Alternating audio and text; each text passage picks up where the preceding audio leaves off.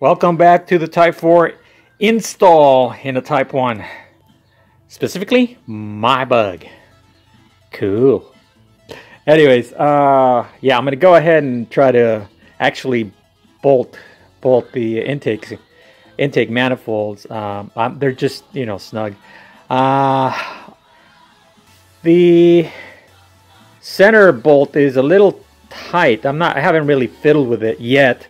So I don't know if it's going to be difficult or whatever, but we'll see where this goes. Now here's something I did not know, could not find anywhere. This is one of those things that, let's call it a secret that you end up finding out the hard way. Basically, so I'm trying to put on my intake manifolds on the engine. I have no problem with the outer and the one on the far side over there.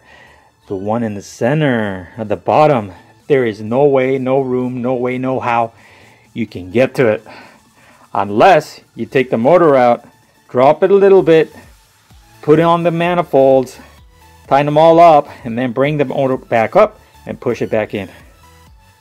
I wasn't about to remove the engine again. I was like, oh, F that. So this is the way I'm taking care of it.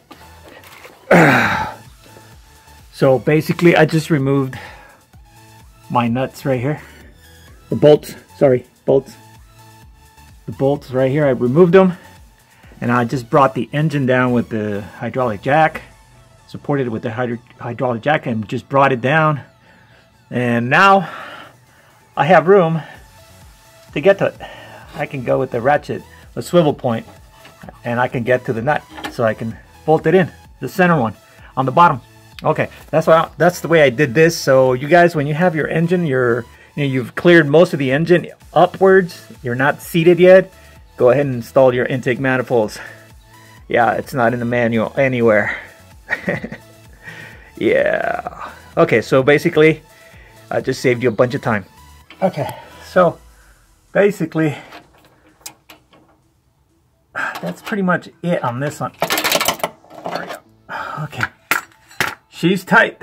She's good and tight. She's good and tight. Okay, now I'm going to do the other side. Alright, so basically I had to remove my remote oil filter that was bolted onto my bumper bracket right here. Because the hoses were right here and I can get access to it, to that center bolt on that manifold. So, yeah, I had to remove it. Besides, it's coming off. It's completely coming off because I'm already running a filter over here and I'm already running a sandwich over here. So the hoses, they're just going to come in and plug it into here.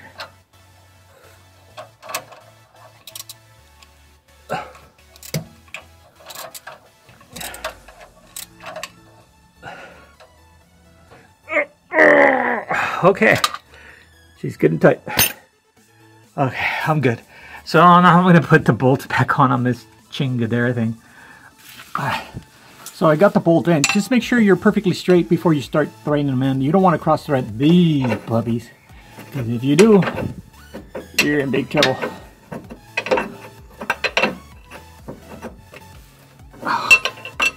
Finally. It's getting really hard.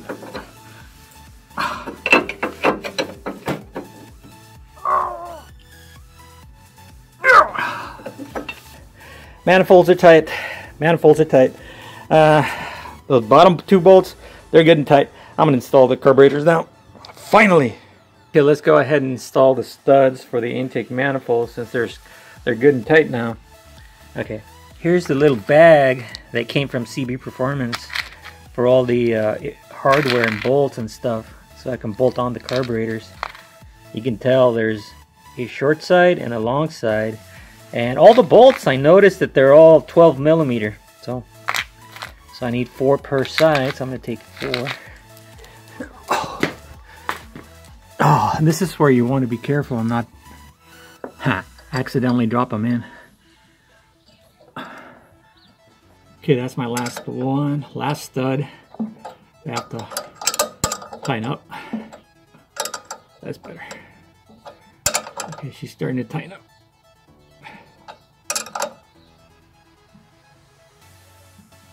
That should be good enough. Okay, I'm gonna go ahead and remove that and put on the gaskets. Okay, gasquito número 1 I don't think that's a word. We'll call that Spanglish. Huh. Interesting. The holes are actually smaller. I mean, the intake manifold is actually bigger than the gasket. You know what? I'm going to check this gasket. I'm going to check these gaskets and compare them to the throttles of the IDFs, because I'm not liking what I'm seeing. Okay. Let's see.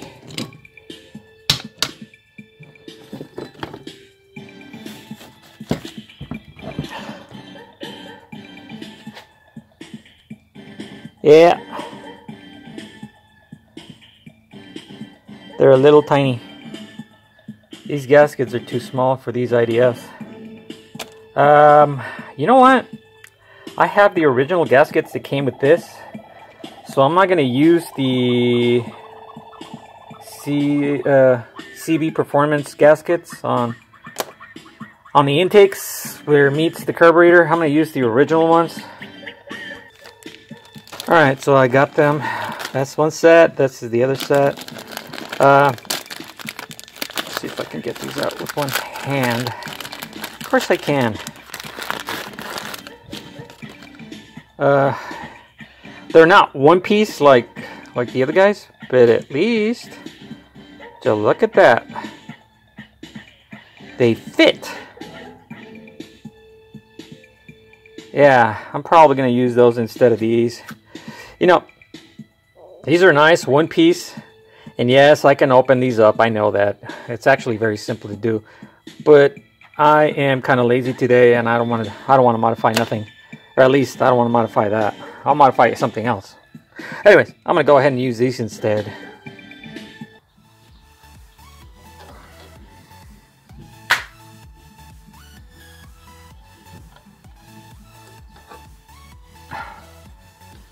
There we go. She's looking much better now. Okay, let's see. Let's put these on, like so. Like so. Okay, let's go get the carburetors. Something that just became very apparent that wasn't apparent before.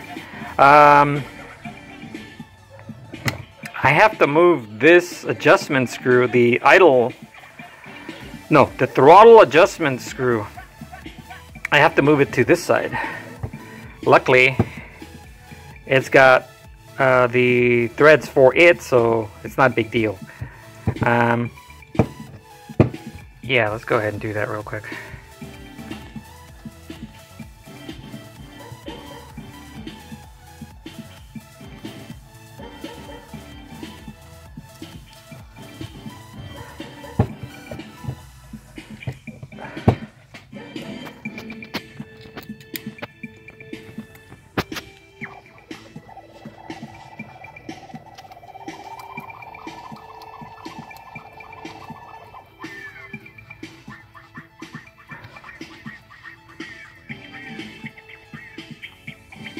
Okay, so right there, oh my god, wish I had 3 hands. Right there, it's touching the very edge of this mechanism, so it's only half a turn in after it touches, and that's it. So before I put my carburetors on there, I also realized I have to put the vacuum line in. So I went ahead and cut a piece out of my vacuum line that I got at the O'Reilly's. And I'm just going to cut it right around here, put a T-connector on it, ting, ting, ting, ting, and yeah, do the exact same thing to this carburetor. So, I'm just going to cut right there. There we go. There we go. There we go. Carburetor is in. Vacuum lines are in. This is actually the vacuum line right here. Coming off. I have it right here because it's easier for me to manipulate because I don't know exactly where it's going to end up, and it's basically the same thing on the other side. So here's just a word of advice: when you're starting to install your nuts, insert joke, leave it just when it just start it till you get like flat to the stud on the top, and leave it open so that you can move your carburetor up and down so you can put the other nut in the back. Just one of those things, you know, just make sure you install all of them before you go all the way down, like that one I already did. So now I can thread them all the way down. Once they're done, start tightening them. All right, so now I'm gonna hook up my vacuum line to that guy right there. And basically the wiring is pretty much done. I went ahead and added my fuel line to this side. Now I did have to flip, I'm not sure if it was this carburetor or the other one, but I had to flip the fuel line from, let's say, this side to that side, so they would be pointing back, both of them. So you can interchange those, you know, no big deal. Okay, so just so you know that. Okay, so I've got fuel line going through the firewall, through the back of the firewall to this side. And here it is, connected to this side. I've got my fuel. There's my filter. Oh, that's gonna be a bitch to change out. It is what it is. And it's going to my electric fuel pump. Now, I realize that these pumps work best when these pumps are in, you know, right below the gas tank, because these pumps are actually really good at pushing versus pulling fuel from the gas tank. They like to push, not pull. And this one's way in the back here. You know, I have never had an issue though. That's the thing. I've never had an issue with over pressurizing my fuel bowls on my carburetors, because I used to have dual carbs on the other motor. And also my 34 pick no Venturi carburetor on my 2234. It's always been here, never an issue, not even running a pressure regulator or anything like that.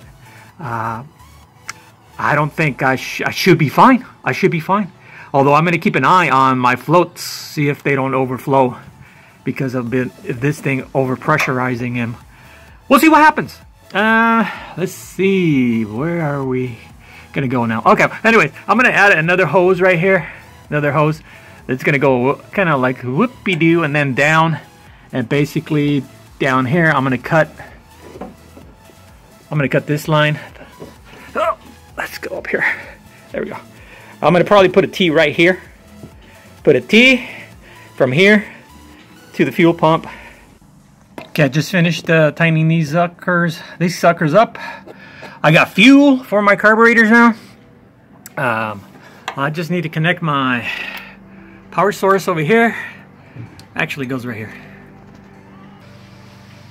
I'm not sure if I'm going to put the filters on right now because I want to start it, and if I have problems, I don't want to have the filters being in the way. So, yeah, we're getting there. We're getting there. Okay, we got fuel. Yeah, I don't have a list. I just do it by what needs to be done. Do I have a list of what to do? Hell no. I don't waste my time with that shit. I'm taking off the oil pressure switch because I'm going to put the adapter there so I can put my pressure line adapter. Oil pressure line. There we go. Oh, this thing is stuck in there. Oh, that's not what I wanted to do. There we go.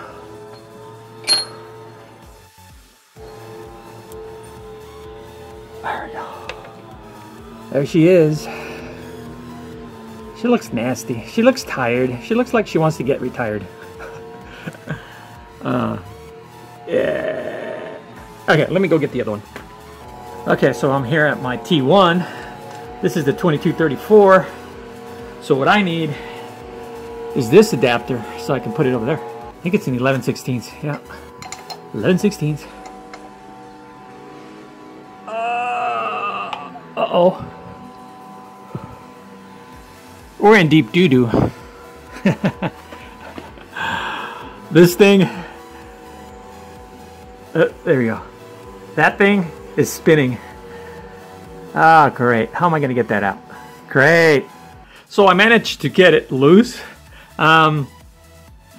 using these little tiny micro vice grips. they're so thin that, you know, I grabbed it from way back here where the threads will never touch the other piece. And these, my wife got these for me as a joke. You know, here, since you like working on cars, here you go. I got you the best. He got you the best. It was a joke. Anyways, yeah, it worked. It just, you know, it worked. There you go. That's the way I got them off. Oh, yeah, might as well get it off. Bam! She's done. I'm gonna put it on the other engine. All right, just finished installing the adapter with the little adapter there. And then my oil line going you know, going to my dash. I also replaced this wire. I just went ahead and replaced it because it just kept breaking inside. It just kept breaking and breaking and breaking, and so I got a better, thicker one that was a lot better condition, and ended up soldering it up here. And then I just put some shrink wrap tubing. That takes care of that. I got to fix these oil lines on the bottom. These oil lines, I gotta install these suckers, so that's what I'm gonna do right now. So I've got this thing on. Yeah, I know it's got 2 clamps there. Just all right. So it was already on there, and I put another one on, and I realized the other one was over there. It's like, well, better safe than sorry, right? So I did that double up. I doubled it up. Whatever. On these, because these are smaller, I just figured I'd use 2 on each. What happened is this oil line needed to be longer, and basically I don't have a freaking, this is like 4 feet long, 4 freaking feet long, and I don't have another one, so I would have to order it. So I'm like, nah. See, I have an adapter like this. I have several of these actually that I've been using on this car, on the oil lines. So I just used the adapter over here. Added the I still had a couple of pieces that were brand new, so I put a brand new piece. Boom, done. I still got to drain the oil. This oil is clean, but it's been sitting in the elements for a couple of years, so it may have water in there. And since I'm going to drain the oil, I'm going to go ahead and remove the taco plate.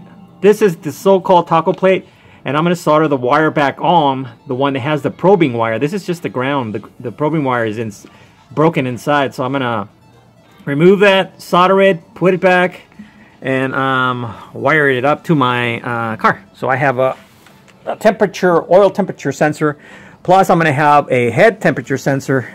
Woohoo! So I'm going to have both, the best of both worlds. All right, I'm going to go ahead and actually drain the oil. Yeah, it's about time to drain the oil, because right now I can actually crank the motor and get the oil pressure going, you know. We'll find out in just a second.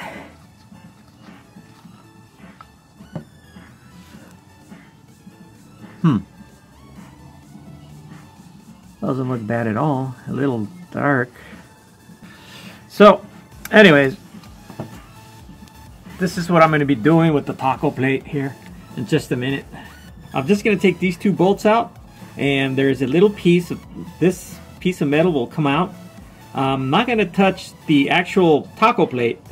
I just want access to the area where the wire is soldered to the temperature sensor, so that I can run just the wire out, you know, so that I can, yeah. Anyways, I'm gonna fix that. Fix the taco plate sensor. Oh crap. There it is. There's the water. There it is. See? That's one little, okay. This is a good move. Good thing I changed it. Changing it. There was water in there. I missed most of it. Man, I wasn't paying attention. Even though it looked kind of clean on the dipstick, somehow water found its way in there. Alright, Mr. Taco Plate. We are coming for you. Because I am hungry. I am hungry, senor. I need some tacos. Gotta feel that stomach. Because I need energy. I'm gonna shut up now. I'm shutting up now.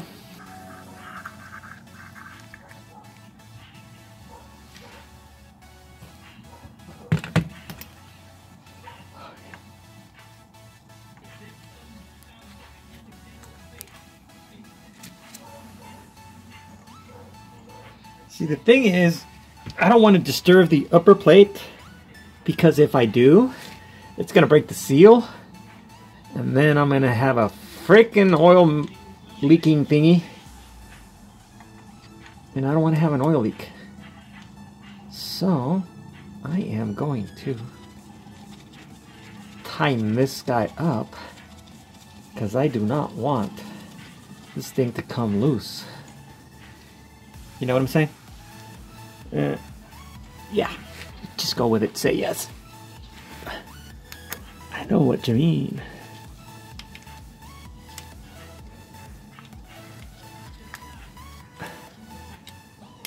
There we go. Got it started.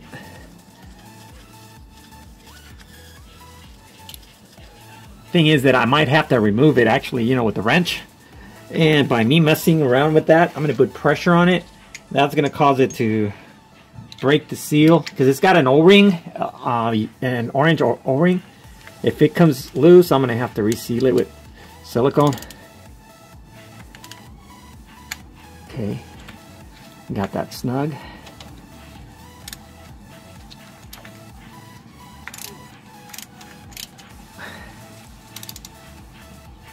Alright, it's snug now. Now I can mess around with this without any fear of destruction. Oh, there we go. I already see the problem. Somebody already replaced it and hooked up the ground to it. That's not gonna work. What the heck? Check it out. Single wire. Single connector for the probe. Okay. This is turning out to be an easy fix. So I'm just gonna hook up to that, run my wire up, and I've got a probing system. Alright, since my oil filter just got here, ta-da! Got my other oil filter. Even though this is brand new, oh well, there she goes. Oh, get over here. It's rolling away. I just need a little bit of oil on this thing. I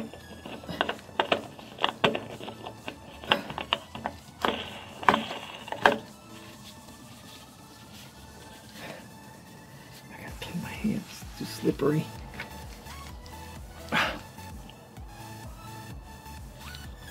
Okay, that's it. Oil filter is on. I'm gonna call the taco plate fixed, kind of, sorta. I'm gonna rearrange this thing. I'm gonna rearrange it so that this wire is the probe wire. Who the hell did this? How? These are scary mechanics, man. These are scary mechanics, I swear to God. This is a ground. It's hooked up to the probe. What the fuck? Okay, whatever. Whatever.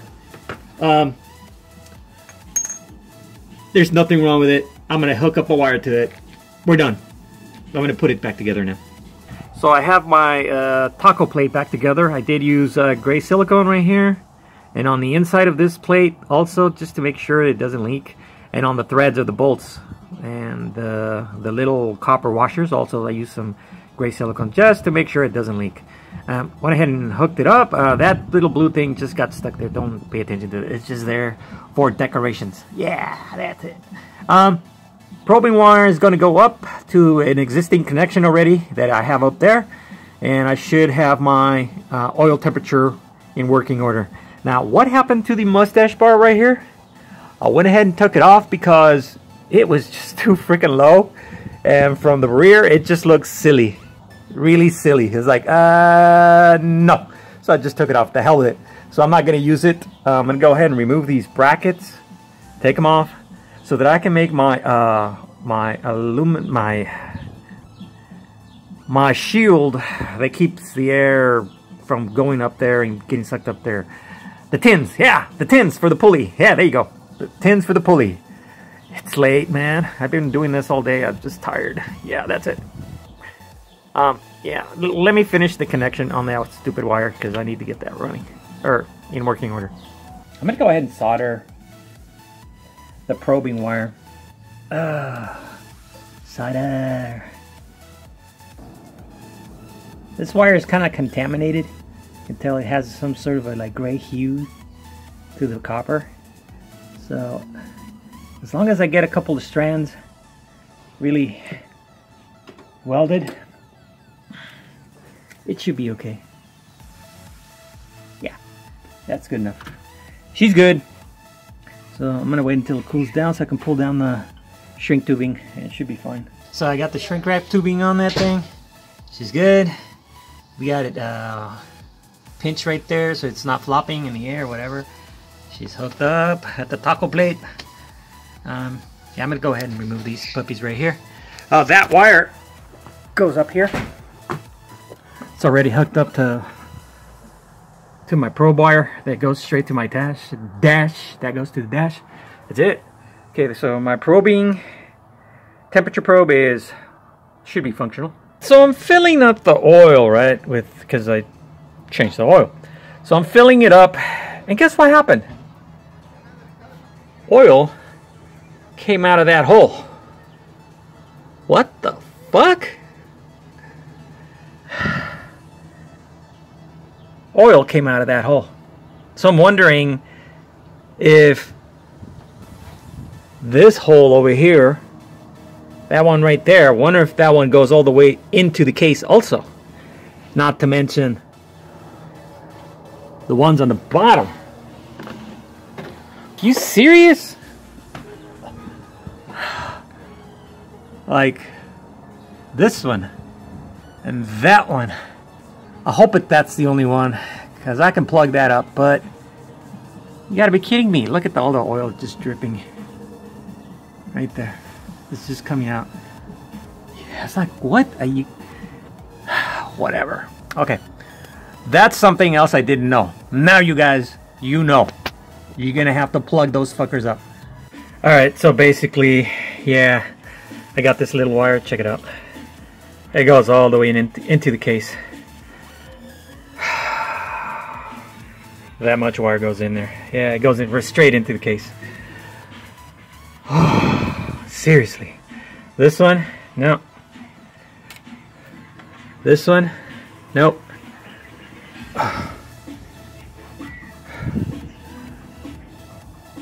This one? Nope. I don't think I showed you this one right. Yeah, nope. Okay, so this is how I'm going to solve this. I went ahead and just cut a piece of a bolt, the head, just a little piece. Added some gray silicone, cut a slot on it, and just unscrewed it. And that is pretty tight. Alright, so I'm going to crank it now. Let's see. I want to see my oil light go out. I wonder which one. You know what? I don't even remember which one's the oil light because they're both kind of red. Whatever. Alright, it's cranking too slow, which means the car's been sitting here too freaking long and the battery's kind of sort of dead. Yeah, my battery's dead. It's been sitting here for, I'm thinking, probably January. So about 3 months. Yeah, I'm probing right here. It's even dropping. Because I had the charger on there. Thinking, I didn't check when I put the charger on. Yeah, she's dead as a doornail. I want to put on the charger. There we go. That should bring it up. Let it charge for several hours before I can crank it. Yeah, see? Okay. I'm gonna let it charge for several hours. So, Dad, I wanted to crank it so that I could get the oil pressure going in the dash. Yeah, this is pretty much it for the day. Tomorrow is, well, it's a holiday, so tomorrow's Sunday is a holiday. So I'm not going to be doing anything, but basically I just have to charge up my battery That's my charger down there. I have to charge up my battery so I can crank it so that I could see if I have oil pressure. I'm pretty sure I am going to have oil pressure. We did take care of this. See? Now we have, yeah, we have a perfect seal right there. It doesn't even look like there was a bolt there. It looks natural, like it should. This thing keeps coming off. Yeah. There we go. So I even had my timing gun ready. My timing gun was ready. Had it all set up. I'm actually charging up the laptop also that has the program for the CB black box, because it also had a dead battery, because nobody uses that computer anymore. Because everybody's got their own little personal computer now. So I'm charging that computer up. So you know what? It'd be better if I just do a different video. We'll do the next video. We'll do the priming of the oil to see if we get the oil pressure. I should get oil pressure. If I don't, I'm pretty much screwed. And I'm also going to do the CB black box, timing synchronization with the distributor and the computer in the laptop, and we'll go through that step by step so you guys don't get confused what's going on. Okay, so that's pretty much it, muchachos. We are done. We'll see you next week, probably. I'll try to get it somewhere in the middle of the week. But anyways, that is it. So, adios, muchachos.